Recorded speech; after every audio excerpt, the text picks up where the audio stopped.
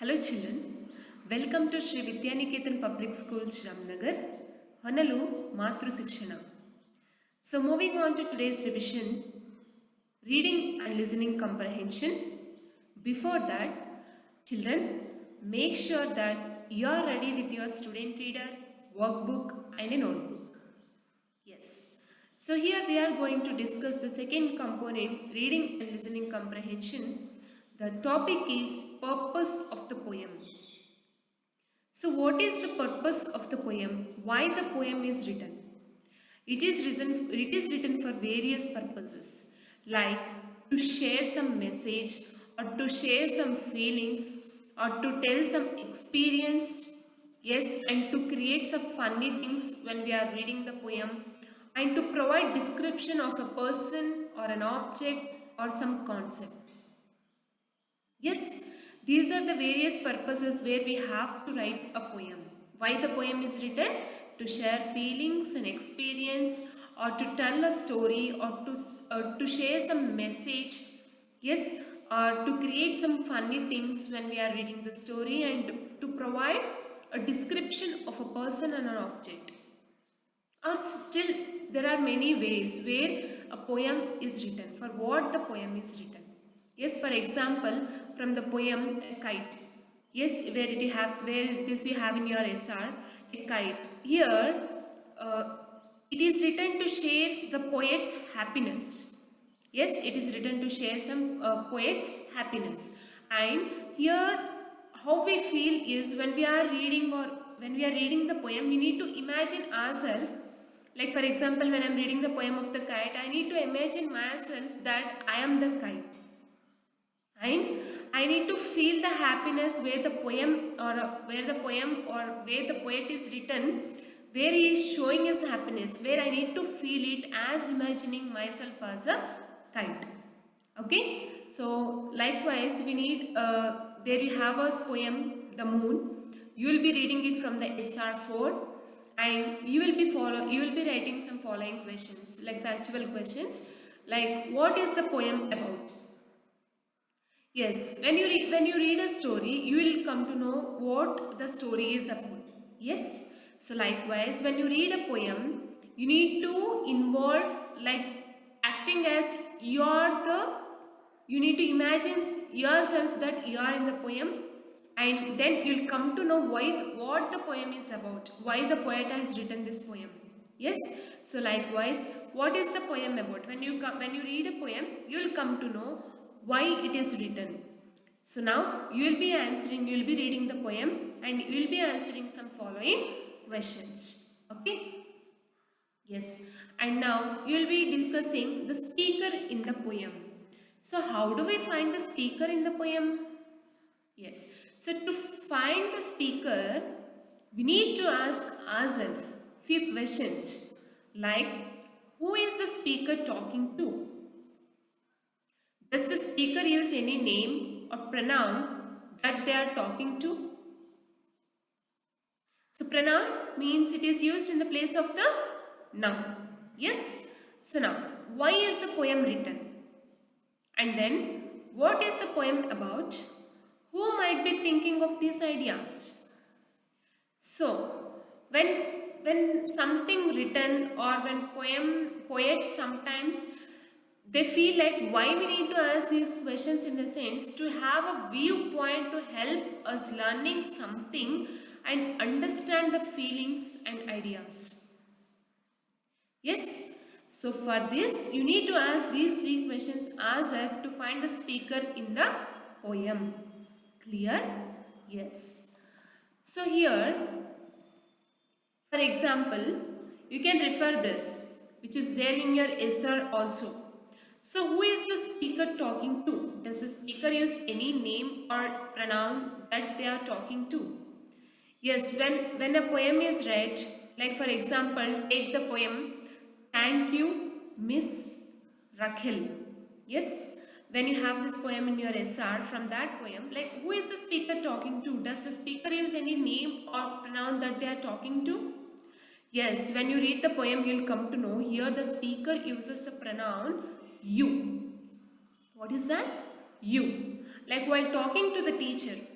Yes, while talking to the teacher, the speaker of the poem is a student. Now, if I am listening to you, who is the speaker? You. But when I am speaking, if you are listening, who is the speaker? Myself. Yes? So, likewise. So, why is the poem written? Yes, the poem is written to share an experience of the speaker. And what is the poem about? Who might be thinking of these ideas? Here the poem is about a teasing or a bullying incident. A student might be thinking of these ideas. Okay? So once you go through the poem, you will find these things in the poem. Clear, children? Yes. So now you need to refer your SR 18. You have a poem, Endure Like a Tree. So identify the speaker and the main idea of the poem. Okay? Yes. The next comes simile. Yes. What is simile? Yes. Here simile is to compare two things like which have the similar qualities. When we are comparing two things, they will have a similar quality. So by using like and as, we compare these two things.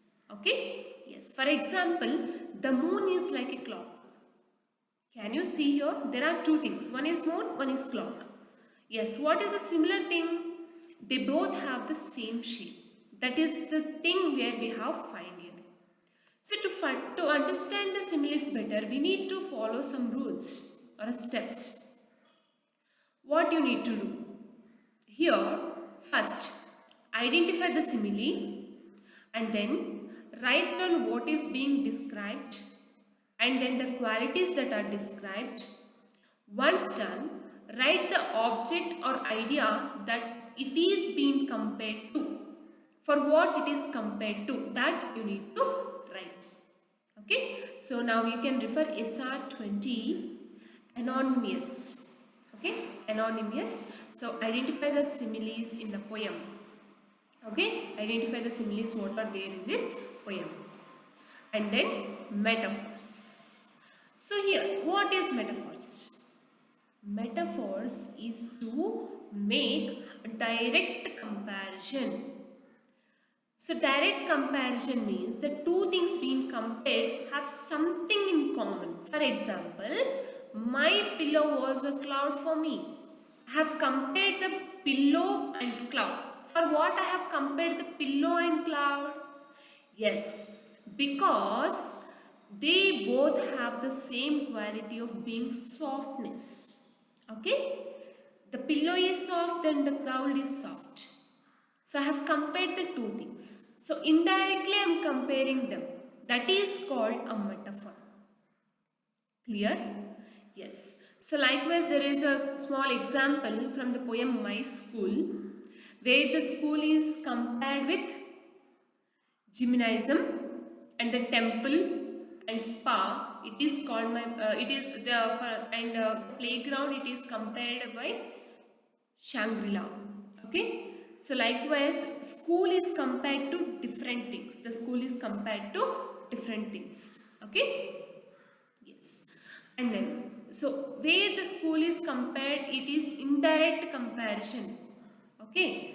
Like I am comparing my school like a temple to a spa, and playground I am comparing it my Shangri-La. Here the school is compared to be a place where the mind gets exercised. Okay, and even once again here the writer is he is respecting the education. Yes, he is comparing the school like a temple. Yes, or a temple or a playground, whatever. But he is giving some respect to that comparison also. And we are he is saying like it is a relaxation place. Relaxation place. Okay, and a place where he does a lot of activities and a pleasant place which makes him very happy. Okay, so likewise these all called as an indirect comparison. Where we make indirect comparison, that is called what? That is called as metaphors. Clear? Yes. So now as I said, where we have some steps to understand similes, likewise we have some some steps to understand metaphors. So what are those some steps? Let us see. So first thing, identify the metaphor, write down what is being described, write the qualities, and once again write the object or idea that is being compared to. Same like the simile. Okay? Yes. Now you can refer SR 16, My Heart. Here you need to identify the metaphors, means indirect comparison, where the poem has, in this poem where the writer has made indirect comparison between two things. So you need to identify them and write. And once again, the marble jar. Here refer SR 22. Once again identify the metaphors. Clear children? Yes. So this ends today's revision. So if any queries regarding today's revision, feel free to ask me. Okay? Thank you. And utilize your leftover time to solve your worksheets. Have a nice day.